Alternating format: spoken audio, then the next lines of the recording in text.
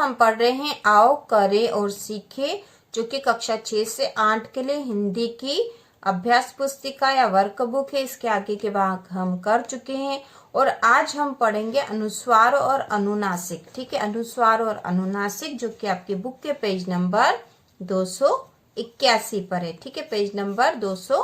चलिए बच्चों शुरू करते हैं अनुस्वार एवं अनुनासिक। और इसी तरह के और वीडियो देखने के लिए चैनल को सब्सक्राइब कीजिए तथा इसके आगे के वीडियो देखने के लिए भी आप चैनल के प्लेलिस्ट पर जाकर देख सकते हो। तो खंड अ और ब में दिए गए वाक्यों को स्वस्वर पढ़िए तथा रेखांकित शब्दों के उच्चारण पर ध्यान दीजिए। तो जो रेखांकित शब्द है उनके उच्चारण पर हमें ध्यान देना है। तो क और ख दो कॉलम में अलग अलग दे रखे हैं, तो हम पढ़ते हैं। हंस उड़ रहा है, रीना हंस रही है। भीष्म पितामह को गांगेय भी कहते हैं। भारत गांव में बसता है। बापू ने डांडी यात्रा की थी। बालकों को डांटो मत। तो यह जो रेखांकित शब्द है यह आप खुद बोलोगे तो आपको समझ में पड़ेगा कि इनके उच्चारण में क्या अंतर आ रहा है। हंस हंस और यहाँ है हस। भीष्म पितामह वाले वाक्य में है गांगेय गांगेय और गावो, डांडी और डाटो। तो यहाँ पर इनका जो विस्तार दे रखा। खंड अ में रेखांकित शब्दों के उच्चारण में हवा नाक से निकलती है। तो ये जो खंड क में जो शब्द दे रखे रेखांकित, इनमें हवा जो है जब इनको हम बोलते हैं तो हवा नाक से निकलती है। जब किसी वर्ण के उच्चारण में हवा नाक से निकलती है तब वह अनुस्वार होता है। इसका चिन्ह यह है। ठीक है, बिंदु आएगा यहाँ पे। ठीक है, एक बिंदु आएगा यहाँ पे, यह चिन्ह है। यह वर्ण के ऊपर लगाया जाता है। ठीक है, तो अनुस्वार वे शब्द होते हैं जब उनका उच्चारण किया जाता है तो उच्चारण के समय हवा नाक से निकलती है। यह हमें याद रखना पड़ेगा बच्चों, जिससे कि हवा नाक से निकलती है और अनुस्वार होता है वहां पर। उसका चिन्ह है एक बिंदु वाला जो है, यह चिन्ह है बच्चों। अब खंड ब में रेखांकित शब्द के उच्चारण में हवा नाक के साथ मुंह से भी निकलती है। ठीक है, इसमें हवा अनुनासिक में हवा नाक के साथ मुंह से भी निकलती है। इसे अनुनासिकता कहते हैं। इसे चिन्ह से व्यक्त करते हैं। तो यहाँ चिन्ह नहीं बनाया गया तो ये चिन्ह आएगा इसका। इन्हें चिन्ह से व्यक्त करते हैं, जैसे फांस, यहाँ, झांकी, माँ, हाफना। ठीक है, यह भी जानिए शिरोरेखा के ऊपर मात्रा वाले वर्णों शब्दों में अनुनासिक चिन्ह को भी के रूप में लिखते हैं, जैसे गांवों, लड़कों, नदियों, वही, कहीं, रातें आदि। तो यहाँ पे लिखा कि शिरोरेखा के ऊपर मात्रा वाले वर्णों। तो शिरोरेखा मतलब हम जब वर्ण लिख कर ऊपर लाइन खींचते हैं, जैसे हमने लिखा कमलो। ठीक है, कमलो, ये जो लाइन खींची ये शिरोरेखा है। ठीक है, ये शिरोरेखा है।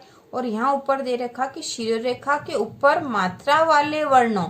तो शिरोरेखा के ऊपर मात्रा, जैसे यहाँ पर ये मात्रा लगा रखी है, इन वर्णों में अनुनासिक चिन्ह कैसे लगता है? मात्रा के ऊपर, यहाँ पर। ठीक है, तो यहाँ पर हमने बता दिया शिरोरेखा और मात्रा के ऊपर यहाँ पे अनुनासिक चिन्ह कैसे लगाया गया। इसके बाद अभ्यास 336 दे रखा। अभ्यास 336 जो कि आपकी बुक के पेज नंबर 282 पर है। ठीक है, 282 पेज नंबर पर जो अभ्यास है वह हम करेंगे बच्चों। दिनांक आप लिख लोगे जिस भी दिनांक को आप कर रहे हो अपने पुस्तक में। तो अनुस्वार और अनुनासिक हम पढ़ रहे हैं। अनुस्वार वे शब्द होते हैं जिनके उच्चारण के समय हवा नाक से निकलती है और अनुनासिक में हवा नाक के साथ साथ मुंह से भी निकलती है और उसे अनुनासिकता कहते हैं। तो इसमें दे रखा उचित चिन्ह लगाकर शब्द बनाइए। तो हमें उचित चिन्ह लगाना है और शब्द बनाना है। एक उदाहरण यहाँ कर रखा है। यहाँ पे पख लिखा है, हमने अनुस्वार लगा दिया तो ये हो गया पंख। उसी प्रकार हंसना है तो यहाँ पे हो जाएगा हंसना, हंसना। ठीक है, हंसना। अंक, तो अंक, अंक में अनुस्वार लगेगा। ठीक है, अब जाऊं, जाऊं, तो यहाँ हो जाएगा जा ऊ, ठीक है। चटाक, तो यहाँ हम लिखेंगे चटाक। गांधी, तो यहाँ हो जाएगा बच्चों गांधी, ठीक है, गांधी। तो यहाँ हमने कर लिया बच्चों। यहाँ पर जो हंसना शब्द था, यहाँ देखो हंसना जो शब्द था, तो हंसना पे ये अनुनासिक वाला चिन्ह लगता है, ठीक है, अनुनासिक चिन्ह लगता है, इसलिए हमने लगाया यहाँ पे। अब अगला जो दूसरा है, सही शब्द चुनकर वाक्य पूरा करे, तो सही शब्द चुनना है और वाक्य को पूरा करना है। अंजनी के पुत्र का नाम हनुमान है, तो यहाँ पे अंजनी आएगा या अंजनी, अंजनी आएगा, ठीक है, अंजनी। कदम के पेड़ में बैठकर वह बांसुरी बजाता है, तो कौन सा बांसुरी आएगा बच्चों, यहाँ पे अनुनासिक वाला बांसुरी, ठीक है। उंगलियां एक बराबर नहीं होती, पांचों या पांचों, तो यहाँ आएगा पांचों, पांचों उंगलियां एक बराबर नहीं होती। हिमालय भारत में सबसे ऊंचा ऊंचा पर्वत है, ठीक है। अगला जो अभ्यास 337 है, जो कि आपकी बुक के पेज नंबर 283 पर है। दिनांक आप लिख लोगे बच्चों। अनुस्वार और अनुनासिक हम पढ़ रहे हैं और निर्देश दे रखे हैं यहाँ। दिए गए शब्दों में से अनुस्वार व अनुनासिक छांटकर अलग अलग लिखिए, तो हमें यहाँ पर इन्हें छांटकर अलग अलग लिखना है, तो हम आसानी से लिख सकते हैं। सबसे पहले लिखा मुंह, तो मुंह हम यहाँ लिखेंगे मुंह, ठीक है। फिर बांस, तो बांस हम यहाँ लिखेंगे क्योंकि ये अनुनासिक का चिन्ह लगा हुआ इन पे। पंख, पंख यहाँ लिखेंगे। चांद, चांद हम अनुनासिक में लिखेंगे क्योंकि इसके ऊपर अनुनासिक का चिन्ह लगा है। फिर बंगला, बंगला, ठीक है, बंगला। अंग, अंग यहाँ आएगा। फिर ये शंख, तो शंख हम यहाँ लिखेंगे शंख, ठीक है। फिर है दांत, तो दांत आएगा अनुनासिक में, अनुनासिक का चिन्ह लगा इसलिए। फिर आंचल, तो आंचल भी आएगा अनुनासिक वाले में, ठीक है। फिर माँ, तो माँ भी अनुनासिक वाले में आएगा। डांटना, तो डांटना भी अनुनासिक वाले में आ रहा है, डांटना। फिर है गंगा, तो गंगा हम यहाँ लिखेंगे गंगा अनुस्वार में। फिर लिखा है बंसी, बंसी। फिर लिखा है गंध, तो गंध लिख दिया हमने। फिर लिखा मंडप, मंडप। फिर लिखा है झांकना, तो झांकना आएगा अनुनासिक में, ठीक है, झांकना। फिर संत, तो हमने लिख दिया संत। और फिर लिखा है मंडला, ठीक है, मंडला। तो हमने ये अनुस्वार और अनुनासिक अलग अलग छाट के लिख दिए बच्चों। आपको समझ में आ गया होगा कि अनुस्वार पे कैसा चिन्ह आता, केवल एक बिंदु वाला, और अनुनासिक पे जो चिन्ह आता वो उसे हम कहते हैं चंद्र बिंदु वाला, ठीक है। यहाँ जो अगला अभ्यास दे रखा है, अभ्यास 338, जो कि आपकी बुक के पेज नंबर 284 पर है। यह भी अनुस्वार और अनुनासिक वाला है, इसलिए हम इसके साथ करेंगे।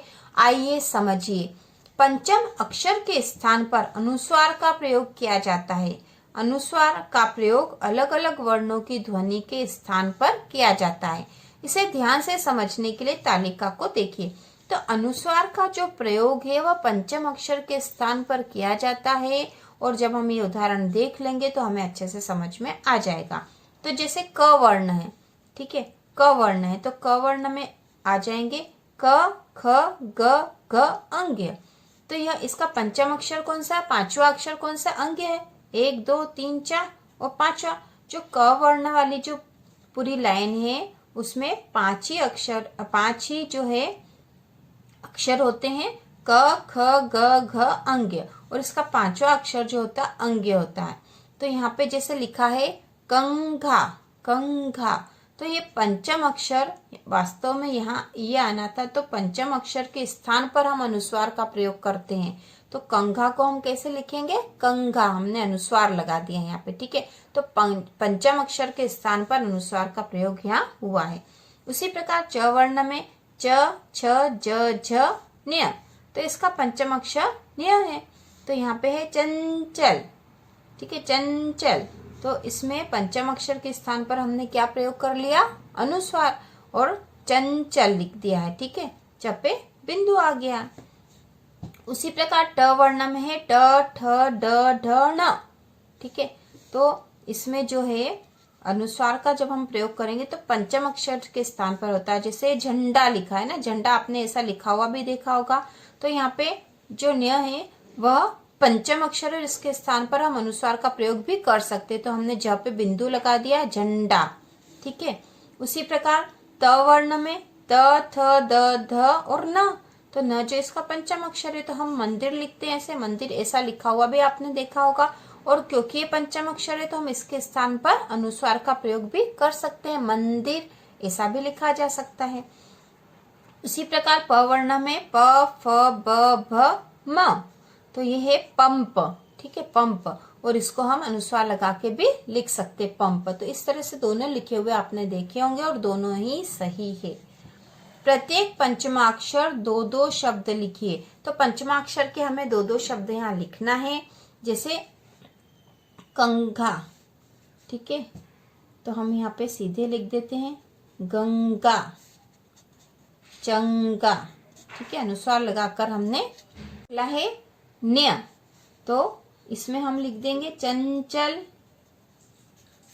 अंचल, ठीक है, और अगला है न।